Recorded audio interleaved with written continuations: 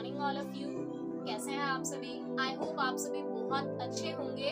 आज हम हमारे चैप्टर 8 इंट्रोडक्शन टू ट्रिग्नोमेट्री का क्वेश्चन नंबर 6 सॉल्व करना सीखेंगे। आई होप 1 से लेकर 5 तक जो क्वेश्चंस मैंने आपको सॉल्व करना सिखाए हैं वो आपको इजीली समझ में आ रहे होंगे। तो आइए बिना देरी किए हुए स्टार्ट करते हैं हमारा नेक्स्ट क्वेश्चन नंबर 6।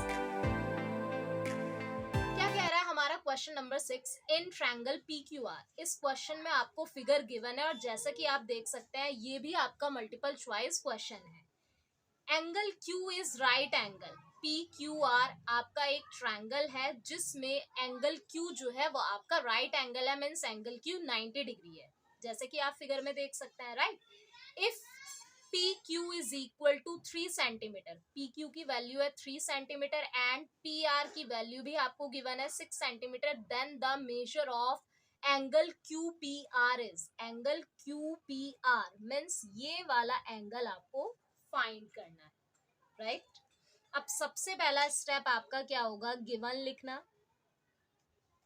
क्या चीज आपको गिवन है, angle Q is equal to 90 degree, PQ is equal to 3 centimeter and PR is equal to 6 centimeter.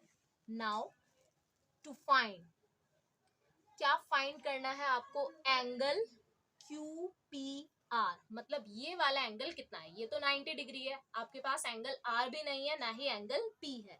So basically हमें एंगल P की वैल्यू फाइंड करनी है, राइट। अब आते हैं इसके सॉल्यूशन पर। थोड़ा सा देखने में आपको ट्विस्टेड लग सकता है बट ये है बहुत ही इजी, राइट। अब यहाँ पर देखिए आपकी, अगर हम इस ट्रायंगल की बात करें, ओके, सो हमें ये पता होता है 90 डिग्री के सामने वाली साइड होती है आपकी हाइपोटेन्यूज, जिसे हम डिनोट करते हैं H से। ये चीज आपकी होती है बेस और ये चीज आपकी होती है परपेंडिकुलर, ओके। अब मेरे पास दो चीजें गिवन है, एक है मेरे पास दिस साइड परपेंडिकुलर और दिस साइड हाइपोटेन्यूज। अगर मैं बात करूं P की, राइट, अब देखिए जब भी आपको, मान लीजिए इसे अगर मैं थीटा मानूं, ठीक है, मुझे P की वैल्यू फाइंड करनी है, ओके। तो जब भी आपका थीटा ऊपर होता है तो बेस और परपेंडिकुलर अपनी जगह चेंज कर देते हैं। अगर थीटा मानकर चलते आपका R पर होता, ओके, थीटा अगर आपका R पर होता तो बेस भी यही रहता, परपेंडिकुलर भी यही रहता, बट यहाँ पर जो आपका थीटा है वो हम मानकर चलते हैं P पर है, ओके। तो P पर है तो आपका बेस हो जाएगा 3 सेंटीमीटर और परपेंडिकुलर हो जाएगा आपका QR, जगह चेंज हो जाती है अगर आपका थीटा ऊपर होता है।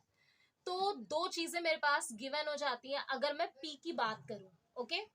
तो cos P यहाँ पर आपका यूज होगा, क्योंकि देखिए ये हो जाएगा, अगर ऊपर वाले हम P की वैल्यू निकाल रहे हैं, मतलब अगर हम इसे थीटा ले रहे हैं तो ये चीज हो गई बेस, ये हो गया हाइपोटेन्यूज। तो B और H की हेल्प से हम निकालेंगे आपके P की वैल्यू। तो B बाई H किसका फॉर्मूला होता है, कॉस निकालने का, और P बाई H किसका फॉर्मूला होता है, आपका साइन निकालने का, और आपका P बाई B निकालने का फॉर्मूला क्या होता है, tan। तो यहाँ पर ये है बेस, जैसा कि मैंने आपको बताया अगर थीटा ऊपर होगा तो बेस हो जाएगा ये वाला और परपेंडिकुलर हो जाएगा नीचे वाला। तो B और H आपको गिवन है, तो किसकी हेल्प से आप निकालेंगे, cos P की हेल्प से, ओके। अब बेस कितना है 3 और हाइपोटेन्यूज कितना है 6, ये कैंसिल हुआ तो कितना आया 1/2। नाउ cos P आप देख सकते हैं कितना है 1/2, तो cos P as it is लिखा, cos भी आपने एज इट इज लिखना है, जैसे कि मैंने आपको प्रीवियस क्वेश्चन में भी बताया था, अगर आपके पास लेफ्ट हैंड साइड में cos है तो राइट हैंड साइड में भी आपको cos ही लिखना होगा।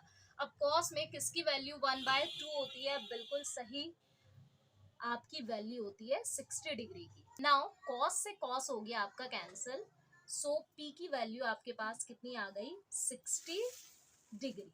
मेन हमें किसकी वैल्यू निकालनी थी, एंगल QPR की वैल्यू निकालनी थी। So the correct option is C। सो आपका करेक्ट ऑप्शन क्या हो जाता है 60 डिग्री। आई होप आपको ये क्वेश्चन बहुत अच्छे से समझ में आ गया होगा। बस ज्यादा जो कंफ्यूजन होगी मोस्टली स्टूडेंट्स कहाँ पर कंफ्यूज हो जाएंगे, यहाँ पर। तो कंफ्यूज बिल्कुल नहीं होना है। देखिए, अगर आपसे ऊपर वाला एंगल पूछा गया है तो बस बेस और परपेंडिकुलर अपनी जगह चेंज कर लेंगे। जो चीज बेस थी वो परपेंडिकुलर हो जाएगी, जो चीज परपेंडिकुलर थी वो आपकी बेस हो जाएगी।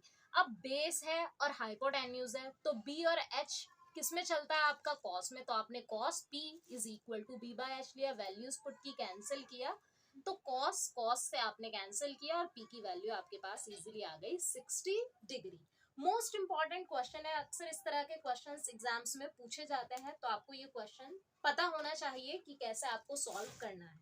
तो चलिए फिर मिलते हैं नेक्स्ट वीडियो में और कुछ इंपॉर्टेंट क्वेश्चंस के साथ। Thank you so much for watching this video.